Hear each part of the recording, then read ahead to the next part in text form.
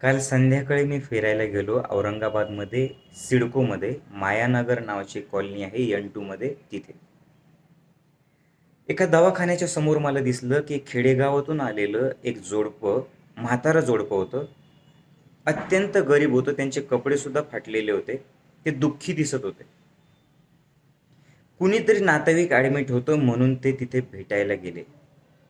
आणि भेटायला जाण्याच्या अगोदर त्यांची गाडी त्यांनी एका बंगल्याच्या शेजारी लावली. गाडी अशा ठिकाणी लावली होती की तिथे कुणालाही अडथळा येणार नाही.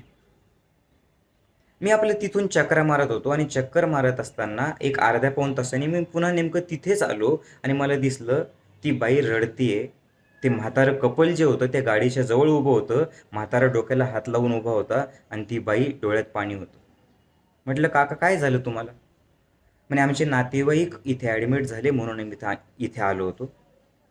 आमच्याकडे गाडी नाही, आम्ही दुसऱ्याची गाडी मागून आणली. पेट्रोलला पैसे नव्हते, ते माझ्या नातेवाईकांनी दिले.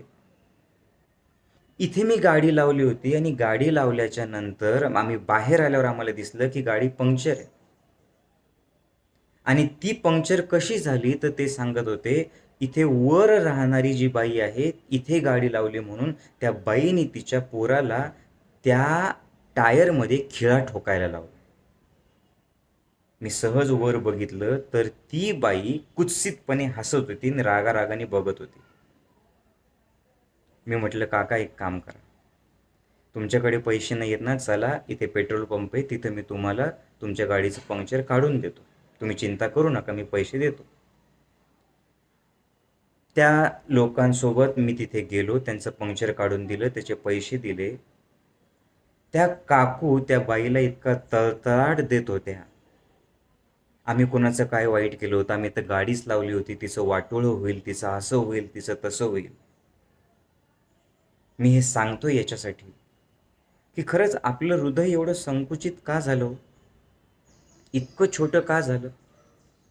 एवढ्या मोठ्या बंगल्यात राहणाऱ्या बाईनी साईडला तिला डिस्टर्बही होणार नाही अशा ठिकाणी लावलेली गाडी का पंक्चर केली असेल? कुठून आला हा एवढा द्वेष? का बरं आपण दुसऱ्यांवर जळतो? काय कमी आहे तुमच्यामध्ये अशी? ती गाडी पंक्चर करून तुमच्या लेकराला खिळा ठोकायला लावून तुम्ही लेकराला काय संस्कार केले, त्याच्या मनात काय बीज पेरलं आणि त्या गरिबांना त्रास देऊन तुम्हाला काय मिळालं?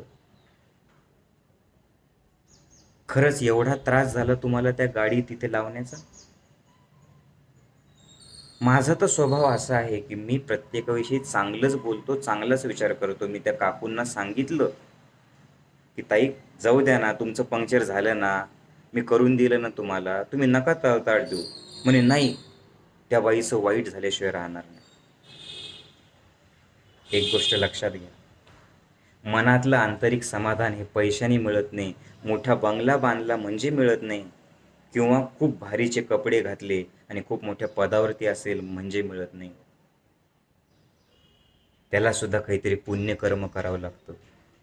एक गोष्ट लक्षात घ्या, दुसऱ्यांच्या प्रगतीवरती जळणारे लोक आणि दुसऱ्यांविषयी सतत द्वेष भावना ठेवणारे लोक भलेही मोठ्या बंगल्यात राहत असतील, पण कधीच त्यांच्या आयुष्यात आणि त्यांच्या घरात समाधान नसतं.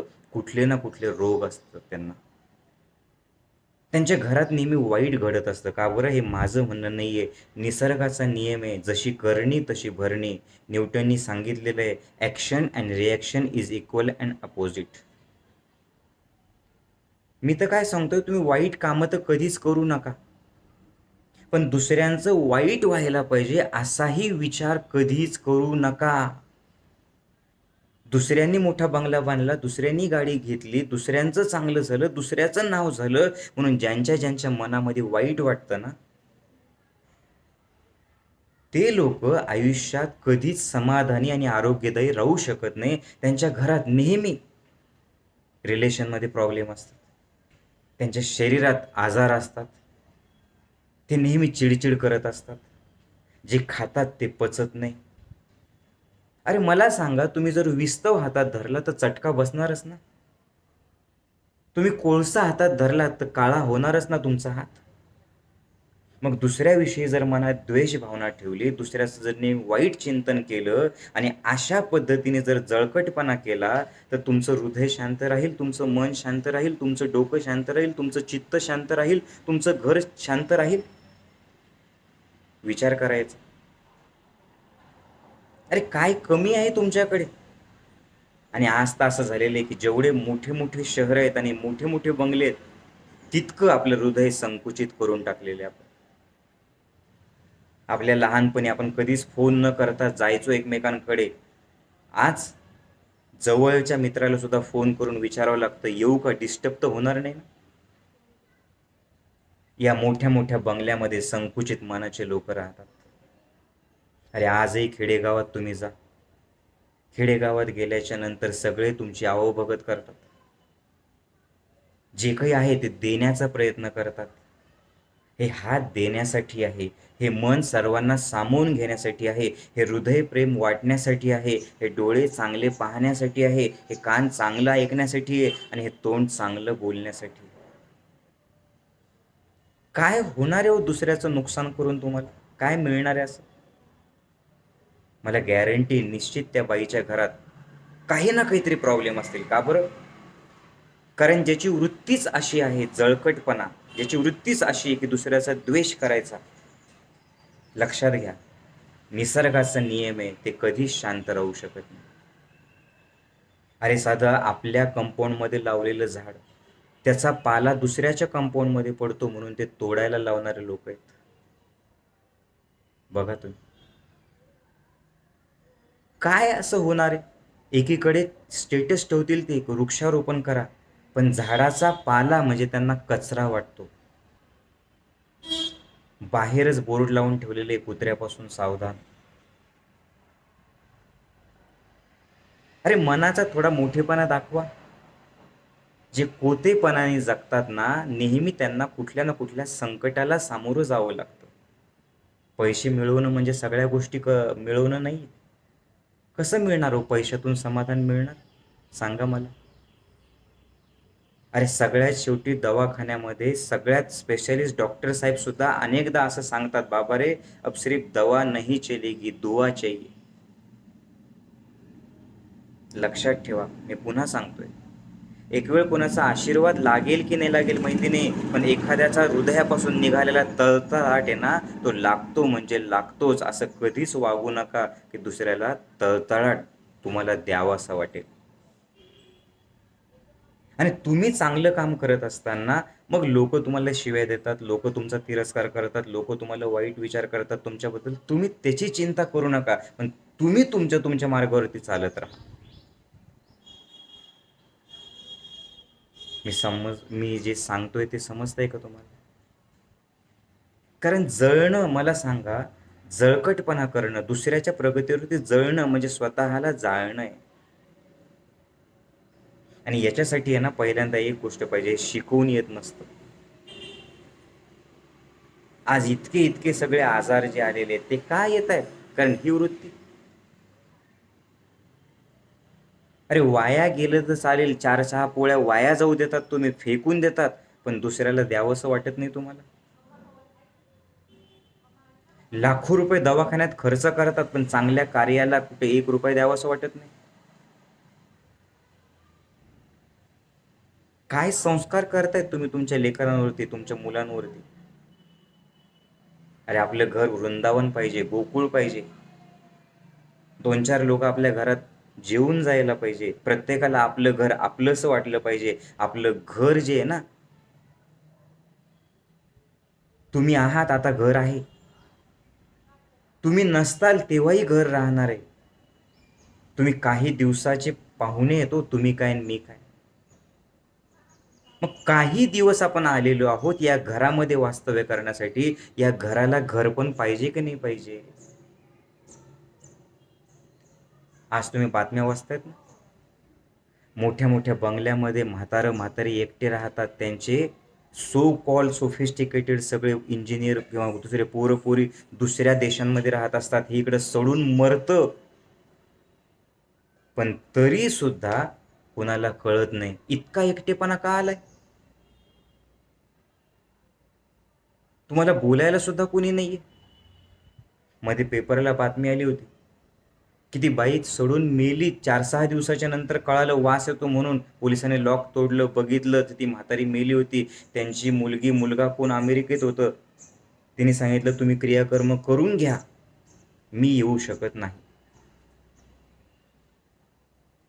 जन्मदात्री आईच्या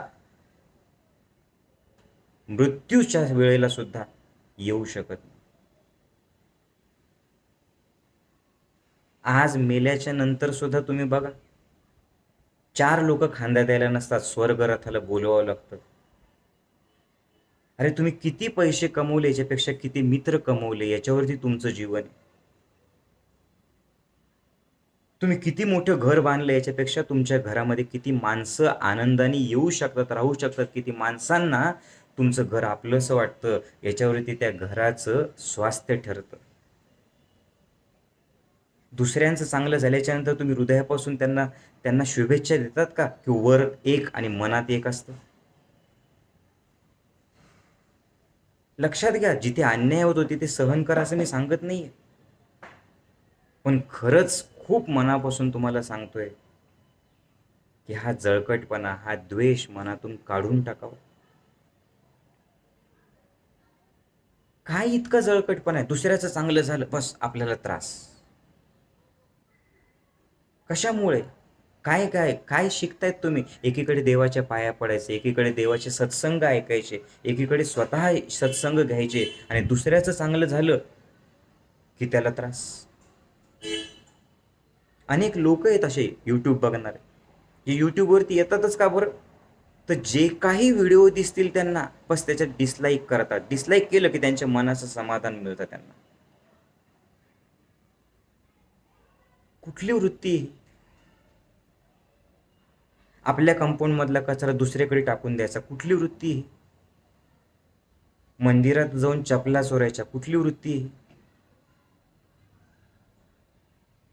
बघा, तुम्हाला हा सत्संग तुम्हाला एक जाणीव करून देणारा सत्संग आहे. हा सत्संग तुम्हाला एक आत्मपरीक्षण करायला लावणारा सत्संग आहे की बाकीचे लोक काय करतायत सोडा, पण तुमच्या आयुष्यात दुसऱ्याच्या प्रगतीवरती जळू नका. तुमच्या जीवनामध्ये दुसऱ्याचा द्वेष करू नका. तुम्ही फक्त देत राहा, देत राहा. हे हात इतरांना देण्यासाठी, हे जीवन चंदनाप्रमाणे झिजून इतरांचं चांगलं होण्यासाठी आहे. या जीवनामध्ये जे काही तुमचं आयुष्य आहे, 7 जगताल का 70 जगताल, किती जगताल माहिती नाही, पण जे काही जगताल ना, कबीरजींनी सांगितलेलं, कबीरा जब हम पैदा हुए, हम रोए जग हसे, ऐसी करणी कर चलो, हम हसे जग रोए.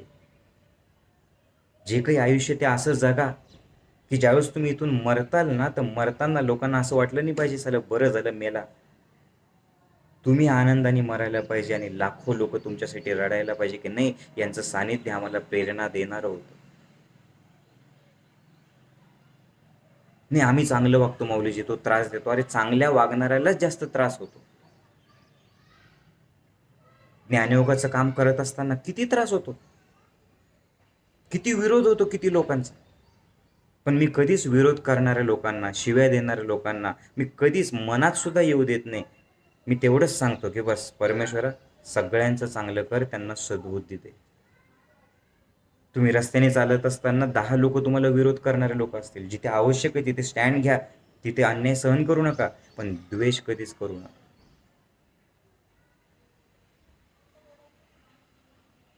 अरे एक आयुष्य दिलेले प्रेम करण्यासाठीच कमी आहे, तर द्वेष कुठला करत आहे तुम्ही?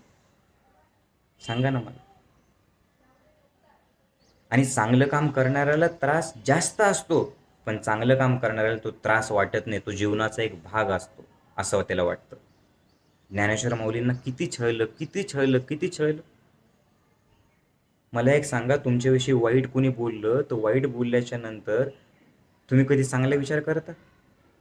ज्ञानेश्वर माऊलींना सुखाने जेवू दिलं नाही हो. आई बापाला आत्महत्या करण्याला भाग पाडलं. छोटे छोटे लेकरं, समाजाला दया आली नाही.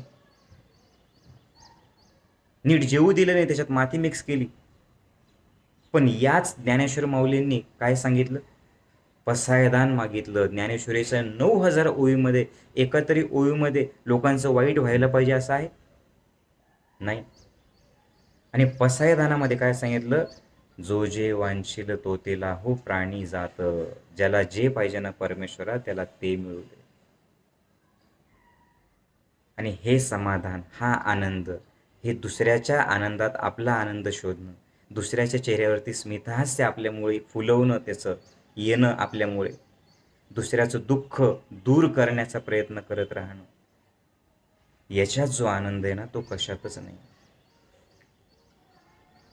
तेव्हा प्लीज, हे पैशाने विकत घेता येत नाही. हे जर तुम्हाला हवं असेल ना तर कुठेतरी ध्यान करा, प्राणायाम करा, रोज सत्संगात येत राहा, ज्ञानयोगाचं शिबिर करा. आपोआपच हे प्रेम वाहू लागतं. कारण ज्ञानयोगाचं शिबिर म्हणजे ध्यान प्राणायाम योगाचं शिबिर नाही आहे. ज्ञानयोगाचं शिबिर म्हणजे एक प्रेमाची गंगा आहे. या तुम्ही सगळेजण या प्रेमाच्या गंगेत या, तुमचं स्वागत आहे. प्रेममय होऊन जगा, प्रेममय होऊन जगा आणि इतरांना प्रेमाच्या सागरात जितकं जितकं जितकं या प्रेमाच्या सागरात सर्वांना आणता येईल या प्रेमाच्या सागरात आणा. परमेश्वर तुमचं सगळ्यांचं भलं करू. परमेश्वर तुम्हाला सर्वांना सद्बुद्धी देवो आणि परमेश्वर तुमच्या मनातला राग द्वेष क्रोध काढून टाकून तुमचं मन पूर्ण प्रेमाने भरून देवो. बस एवढीच प्रार्थना मी परमेश्वराकडे करतो. इतरांच्या आनंदात आनंद माना, मनातला द्वेष काढून टाका. तुमच्या घराचा स्वर्ग होईल, तुमच्या घराचं गोकुळ होईल आणि तुमच्या मनात परमेश्वर निश्चितच राहील.